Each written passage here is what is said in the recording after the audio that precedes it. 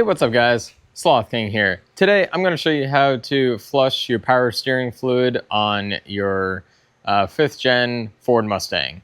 It's pretty simple to do and you only need a few things, so let's get right into it. Alright, so the tools that you need are very basic.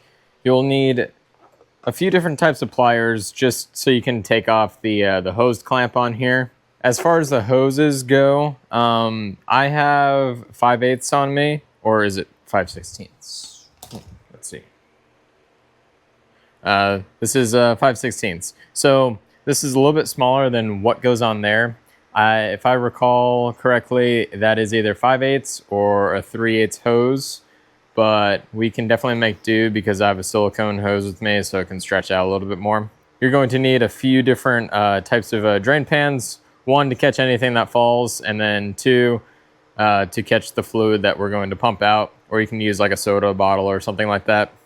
You're definitely going to need some gloves and a bunch of rags, brake parts cleaner to clean up your mess, and you can either use a turkey baster or some kind of suction tool to get most of the old fluid out of the reservoir. And we are using automatic transmission fluid. The Ford Mustangs, they take automatic transmission fluid, Dextron 3, and they do not take regular power steering fluid. So make sure you pick this stuff up. I will have everything that I'm using in the link in the description below. So let's start doing this. It should only take like 20 minutes, 30 minutes at the most. So let's do it. We are going to start by taking out some of the old fluid, and I don't know if you can see that in there, but it is a very, very, very dark brown, almost blackish. You can't really see the red of the transmission fluid anymore. So this thing's a little bit dirty, so let's go ahead and wipe it off so that way we can see our fill levels. You will see a fill max and a minimum fill max right over here, and it will also say on here max, minimum. There's a couple different markings on this this bottle. So we're going to grab our suction device, suction most of the old fluid out into a bucket, and then we're going to take off the smaller hose, and we will continue those steps right after. All right, let's throw our hose in here, and then I got the other hose going down to our bucket below. Yeah, you see how dark that is? You can see the red when the light's on it, but when the light is not on it, it is pretty burnt looking. Well, not really burnt, just dirty.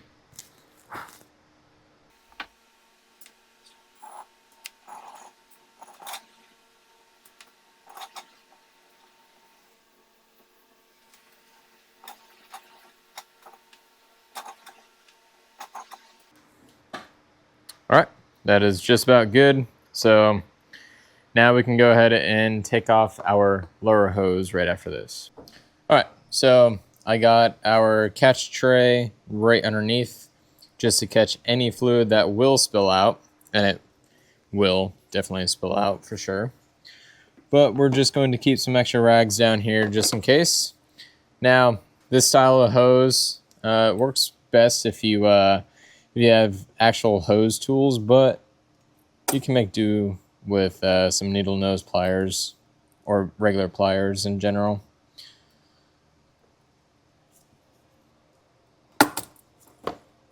Since this is just zip tied right here, I'm going to break the zip tie and I will put a new one on after. It'll make it a lot easier to slide this hose clamp down.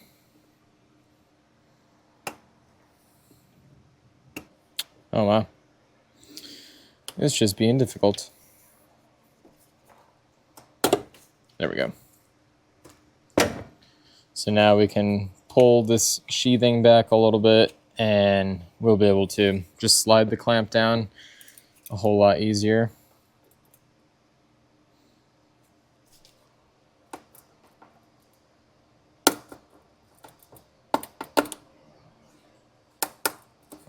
All right. So now we're going to twist our hose left and right, make sure it's nice and loose.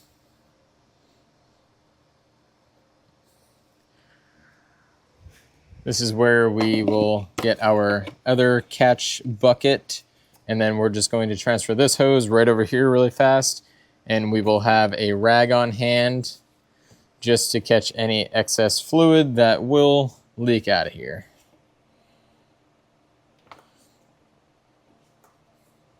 Or actually, I do have a plug from a gear oil bottle that I will try to put in there.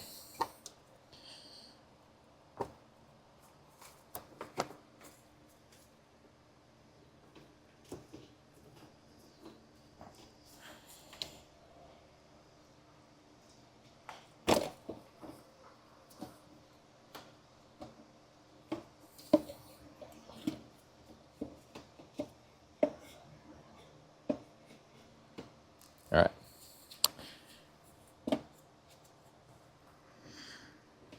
And actually that plug will not work, so I'm going to get my silicone hose here and put that plug right in there to keep any fluid from coming out. And then I'm just going to transfer this hose quickly right on here. There we go.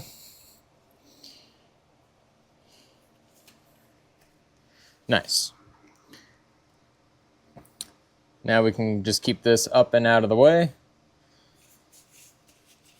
Pick up any fluid that got on the frame or anywhere like that.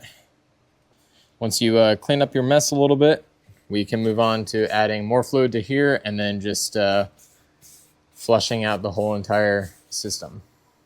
All right, so after doing a quick switch to just a regular bottle because this hose kept popping out of this catch can that I had, this is a lot more secure, and yeah, anyway. So now with this hose completely blocked off and we have our return line coming back into this bottle right here, we can go ahead and fill this up with some fluid, and then we can go ahead and start flushing it.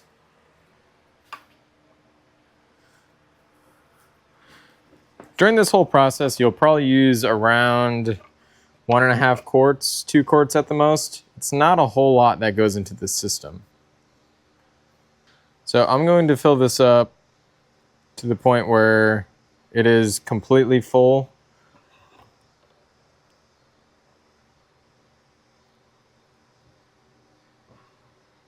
All right, now with this full, let's go ahead and go into the car. One thing I forgot to mention is if you just back up over some cardboard, it'll make this process a bit easier. You don't need to do it, but it's just something that makes it easier. Now that we're in the car, we will put the key to the on position. Don't start the car. We don't want the pump just cycling.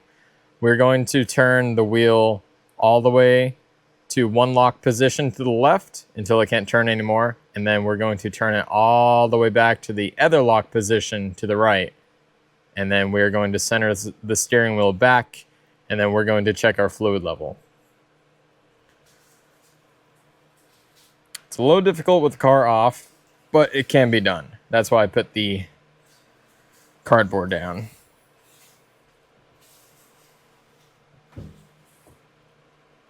I might need 2 hands. All right, all the way left. Now we're going all the way to the right.